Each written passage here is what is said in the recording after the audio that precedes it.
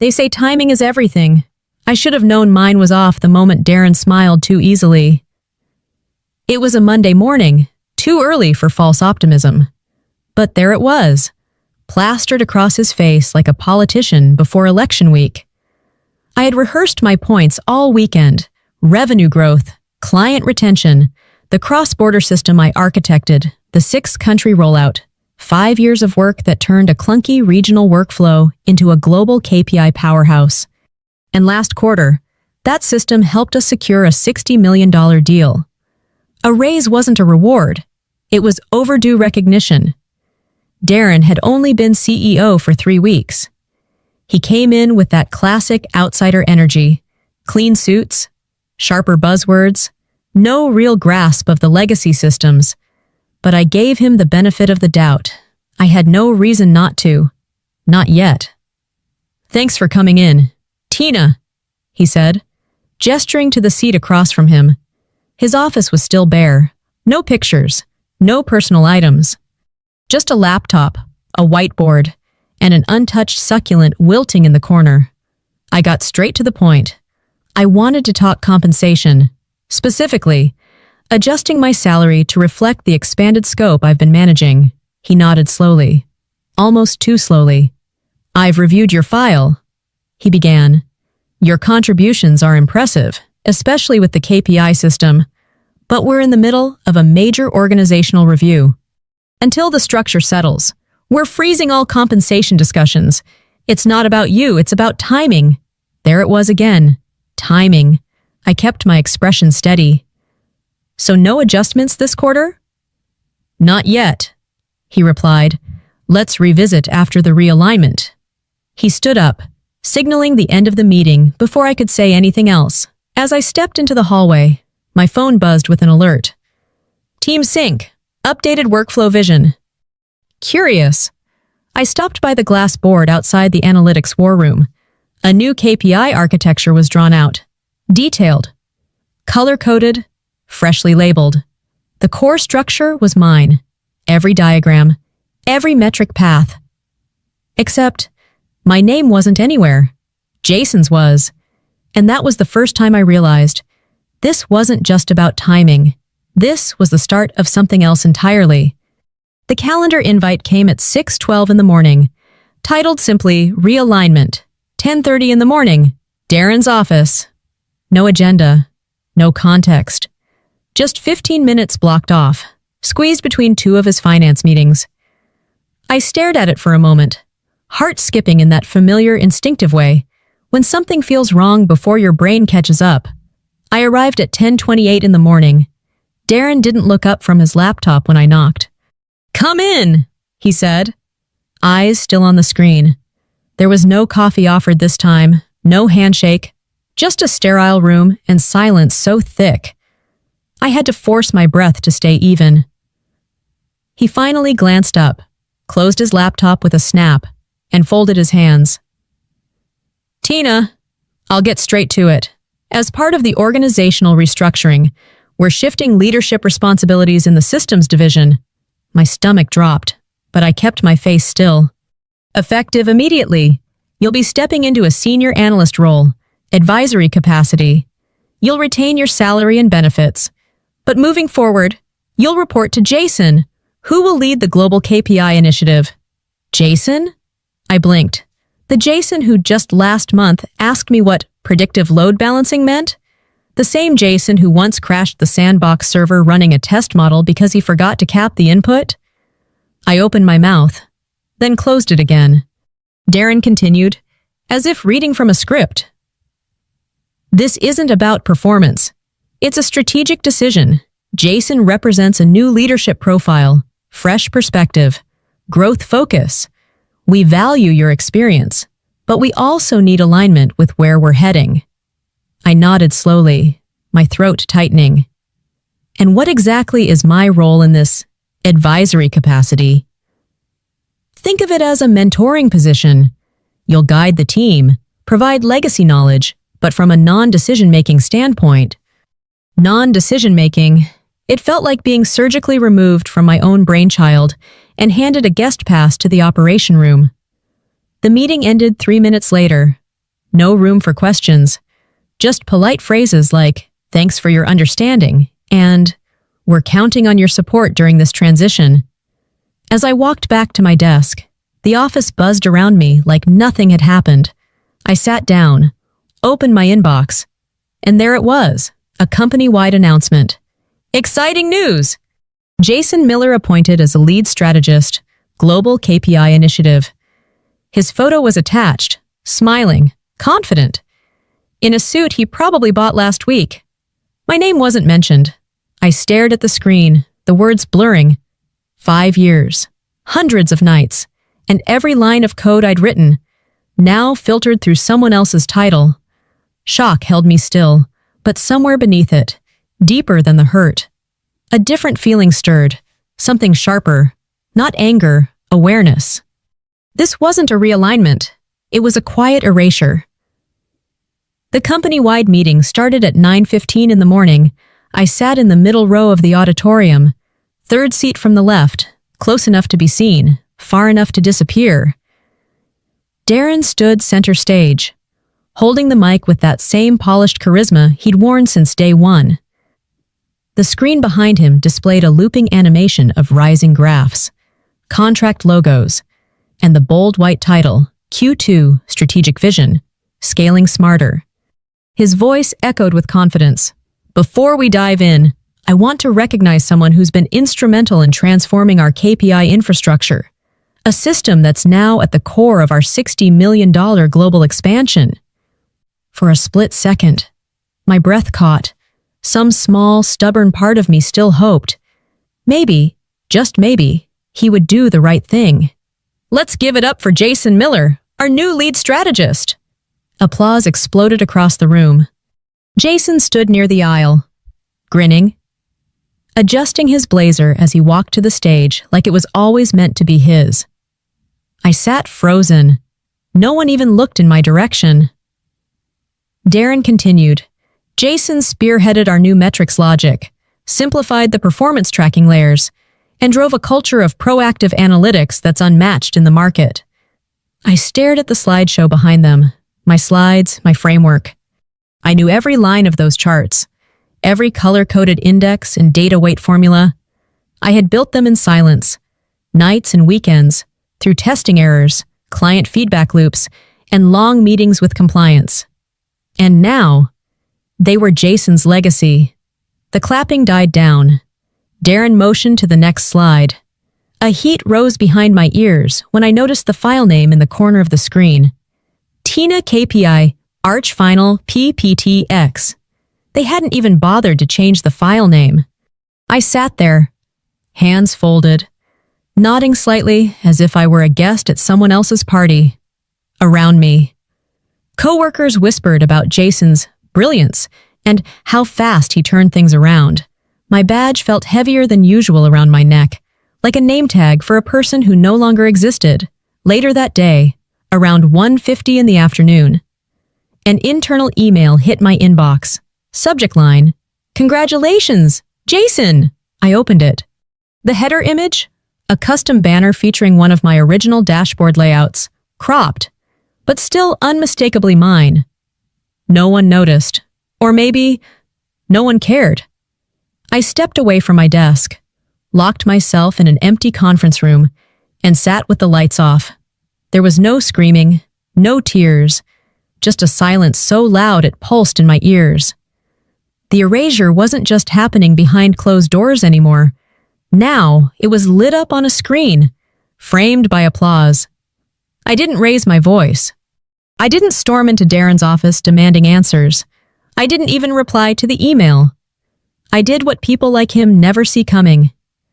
I stayed quiet, but beneath that silence, my mind was sharpening like a blade. By 7:15 in the morning the next day, I was at my desk with a fresh cup of coffee and a new focus. The system. My system.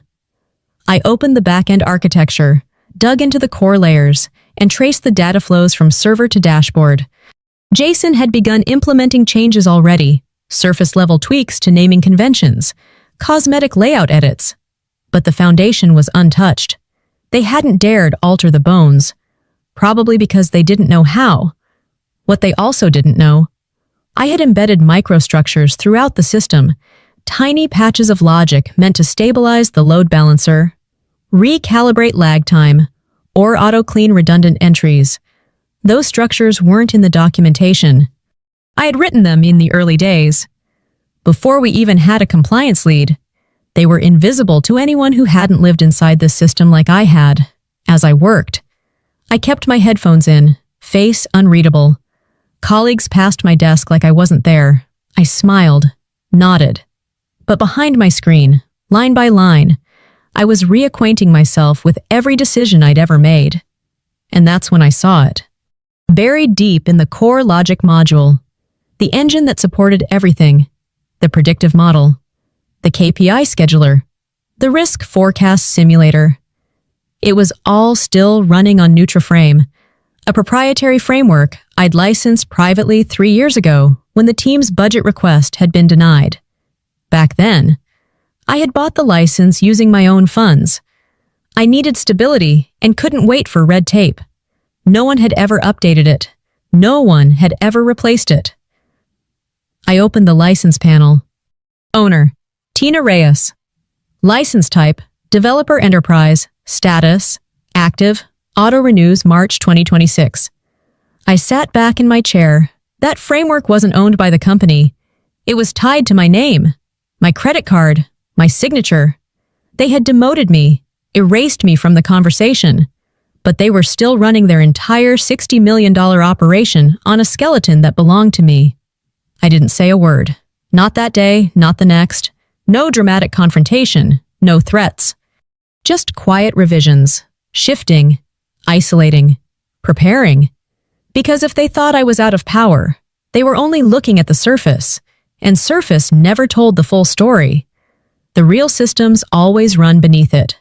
By 8:20 in the morning, I was already in the system, headphones on, eyes steady, breath quiet.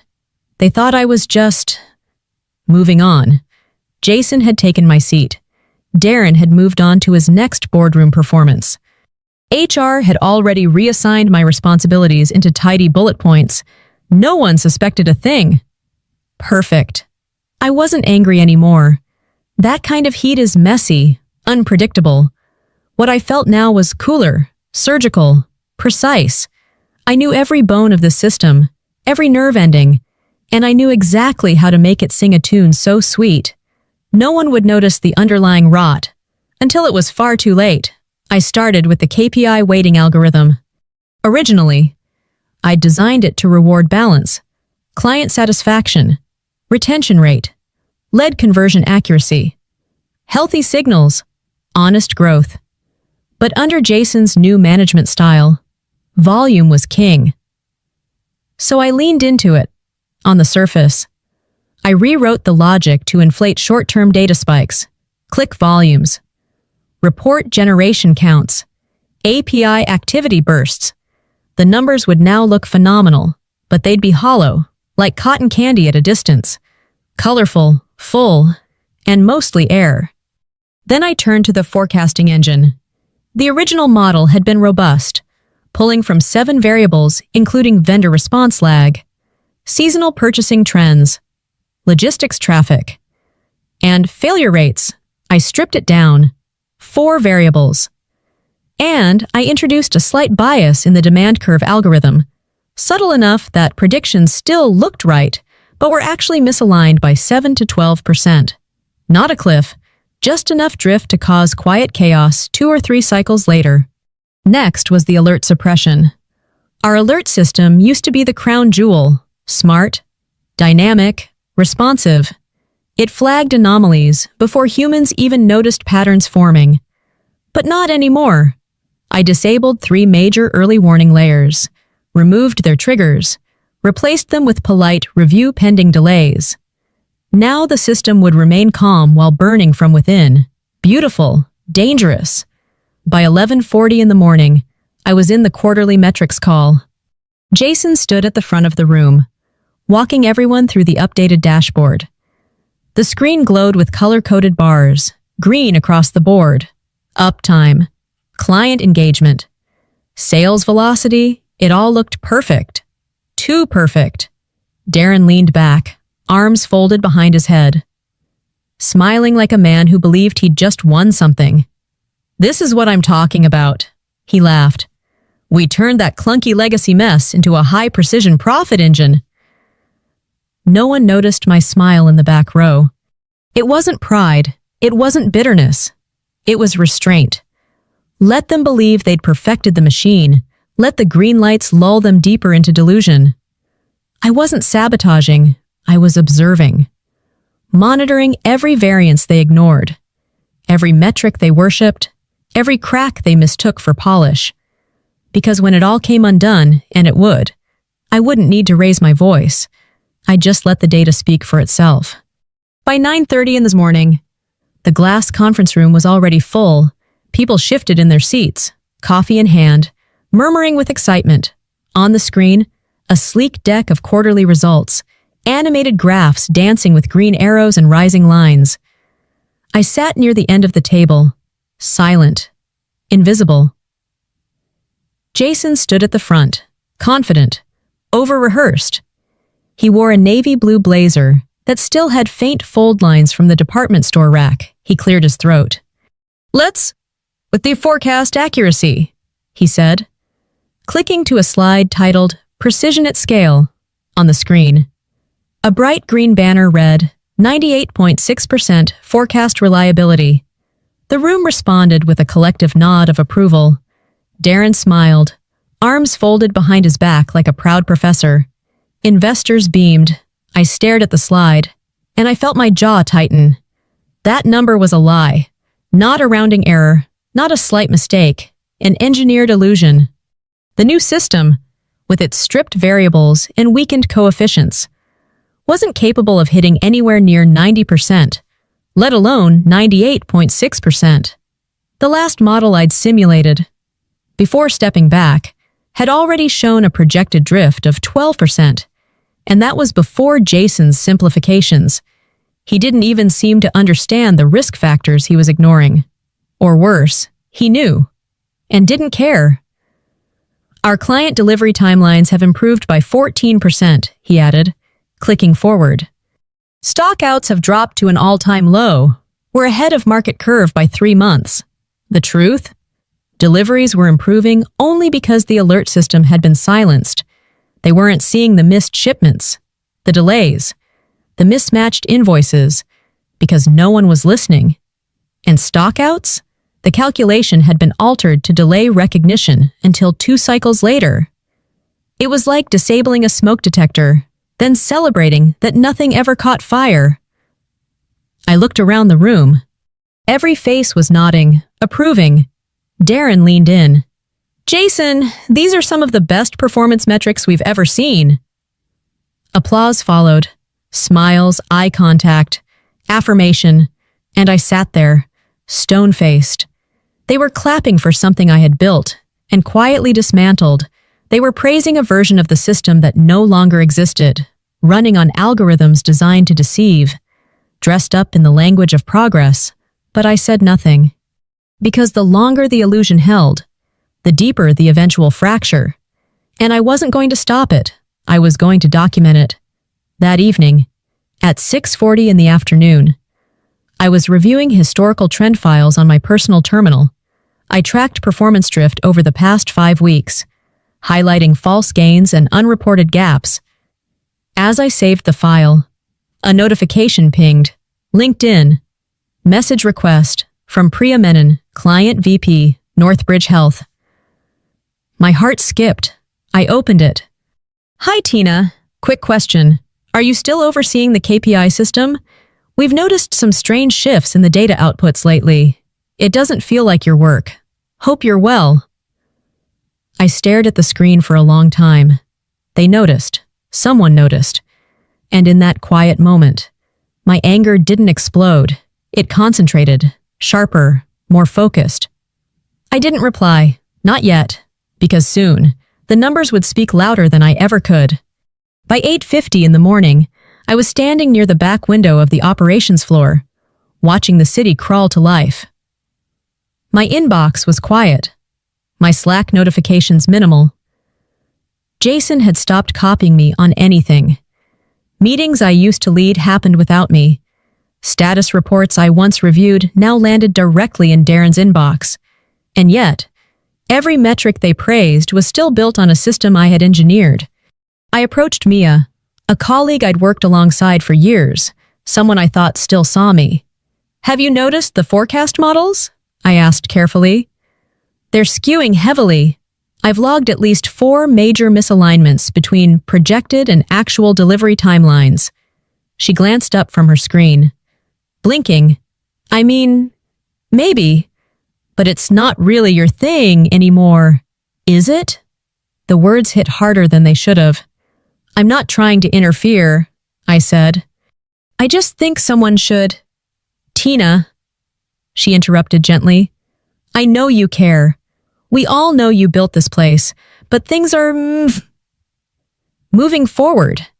It might be time to stop holding on." I stood there for a second too long, then nodded, forcing a polite smile. "Right. Of course." By 10:20 in the morning, I returned to my desk.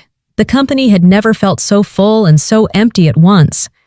Conversations happened around me, but not to me. People passed without eye contact. It was like I had become background noise, part of the furniture they forgot to replace. And then the email came in. Subject: urgent, order delay, Northbridge Health. I opened it. A major shipment had failed to arrive. According to the system, everything had cleared, but the client's confirmation said otherwise. Incomplete batches, outdated units, and missing documentation. The fulfillment team hadn't even flagged it, because no flags had triggered. I read the message twice.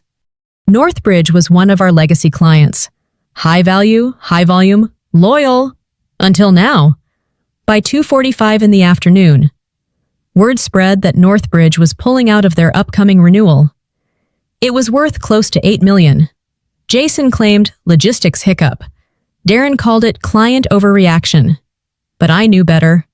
This was the first fracture, the beginning of the unraveling, and no one wanted to admit it. In the late afternoon, a new name appeared on the calendar. Ken Albright, systems consultant. A note in the IT group chat confirmed he was an external contractor brought in to audit and optimize back-end performance. Translation: Darren had finally sensed the cracks, but was too proud to ask the person who built the foundation. I watched as Ken walked in, gray-haired, expensive laptop, polite confidence. By 4:50 in the afternoon, he was hunched over Jason's monitor, deep in code. I listened from a few desks away. "I'm trying to trace the predictive module," Ken said.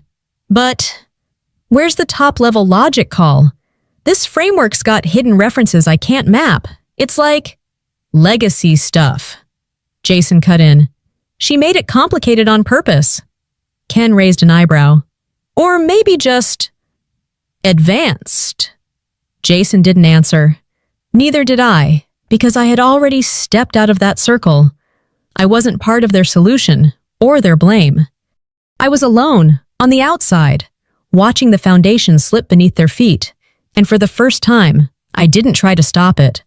By 7:15 in the morning, I was alone in the office, just as planned. No lights, no chatter, only the glow of my screen and the quiet. Rhythmic tapping of keys. I wore the silence like armor now. Solid, familiar, unshakable. The board meeting was scheduled for 8:30 in the morning. They'd be reviewing the quarterly systems report. The same polished, misleading set of metrics Jason had spent the week embellishing. I'd already seen the deck. It was a symphony of green graphs, sugar-coated KPIs, and milestone achievements based on a system that no longer reflected reality. But this time, the data would speak louder than the script. I opened the custom script I'd written weeks ago, buried beneath a layer of redundant system logs, triggered only when a specific configuration was loaded into the boardroom dashboard. No one else knew it was there.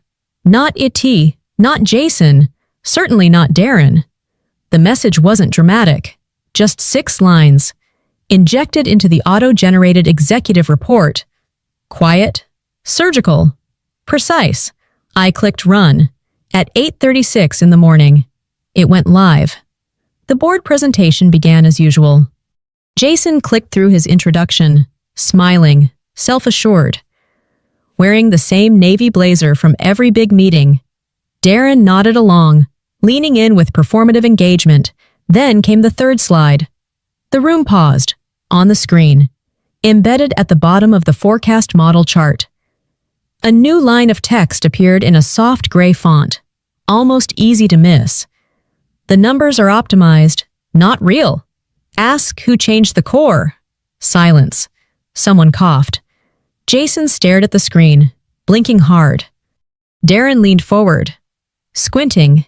Fingers hovered uncertainly over laptops. One of the board members, a woman in a sharp cream suit, looked up. "Is this part of the presentation?" Jason's voice cracked slightly. It must be a formatting error. We'll move past." "Hold on," another voice cut in. This time, a senior director, a man I knew only by name, Martin Cross. "Who inserted that message?" Jason stammered, flipping backward through the slides, trying to find a version without the embedded line. But the message was hard-coded. No version of the deck would escape it now. Then came the moment I'd been waiting for. Martin opened his inbox. The auto-report system had already sent the raw output to each board member. There, at the bottom of the email, the same line of code had replicated. He hit reply all. "Who the hell is Tina, and why is she not in the room?" The air shifted. At 8:42 in the morning, I received a ping from our compliance officer. Subject, urgent. "Are you available for a brief today? System architecture integrity?" I didn't reply. Not yet. I sat back in my chair, heart steady, but every nerve taut like piano wire. It wasn't fear. It wasn't thrill. It was focus. The system hadn't crashed. It hadn't exploded. It had whispered, just loud enough to unsettle the people who mattered. For weeks, I had been erased. But this morning, I was in every room, without saying a word. By 10:30 in the morning, I was called into the 11th floor executive boardroom, a room I hadn't entered in months. The tone of the email was formal, urgent, and unmistakably cautious.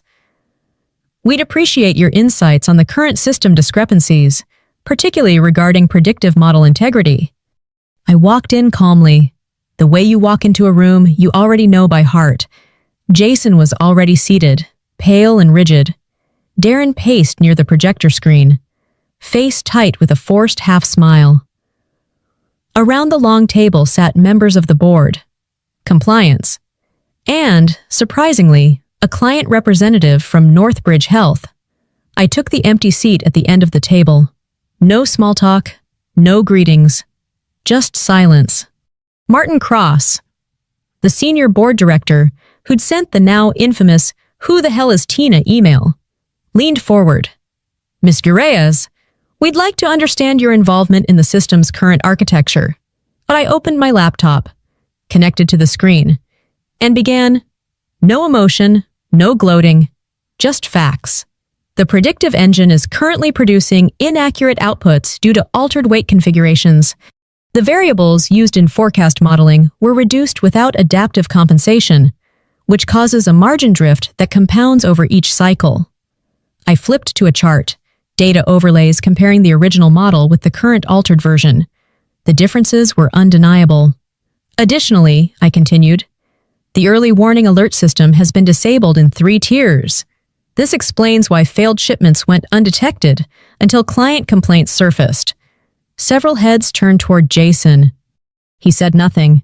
"Here," I said, pulling up the commit history, "is the record of each system change, who made them, and when. As you can see, the code signatures all trace back to Jason's credentials." Silence. Then came the twist. The Northbridge representative stood. "I'll keep this brief. We've worked with Tina for 5 years. Our operational success was built on her system. When the quality dropped, we knew something was wrong. Now we understand why." He turned to the board, eyes steady. "As of this morning, We've approved a transfer of our entire systems operations budget to a consulting agreement under Tina's name. She is the system. And frankly, we trust her more than we trust whatever this company has become." The room froze. Darren blinked like he hadn't heard correctly. Jason finally opened his mouth, only to close it again. I didn't smile. I didn't flinch. I just gathered my laptop, stood up, and said, "I'll forward documentation to compliance. Everything else is already in the logs." Then I walked out, leaving a silence far louder than any speech I could have given, because sometimes the most satisfying victory isn't the speech, it's letting the truth speak for you. By 8:20 in this morning, I packed the last of my things into a small gray tote. No ceremony, no announcements, just quiet hands folding a jacket and unplugging a charger. My nameplate was gone from the desk. No one had bothered to replace it. I didn't mind. The elevator ride down from the 11th floor felt slower than usual. Or maybe I just noticed it more. For the first time in months. I wasn't in a rush. The silence didn't press against me anymore. It held me like calm water. As I crossed the lobby, a familiar voice broke through the background noise. "You're not even going to say goodbye?" I turned. It was Sarah, from finance. She smiled, a little awkward, like someone seeing a ghost. She walked beside me toward the doors, eyes scanning the space as if to make sure no one else was listening. "You don't need to explain anything," she said softly. "Just for what it's worth, everyone saw what happened. Maybe not out loud, but we saw it." I didn't answer, just nodded as I pushed open the glass doors. Another voice came from behind. "Ko kom contratu, hitong naite koroi." It was Henry, Junior Dev, one of the few who still ran reports the old way. He didn't wait for a reaction, just slipped past and disappeared into the revolving doors. I stepped outside. The spring air was crisp, fresh in a way I hadn't felt in months. I pulled out my phone, tapped open the email I'd starred the night before. Subject: Offer confirmation. Principal Systems, Architect Northbridge had doubled my old salary. Full technical autonomy. No Darren, no Jason, just clean code, honest work, and a team that respected the architecture enough to let it breathe. As I scrolled, another email caught my eye, an old one still sitting in the archive. Subject: Realignment of roles. I smiled. For a long time, I thought that meeting had ended me. Now, I saw it for what it was. Not a demotion, a redirection. I didn't lose, I just realigned, higher, and this time on my own terms.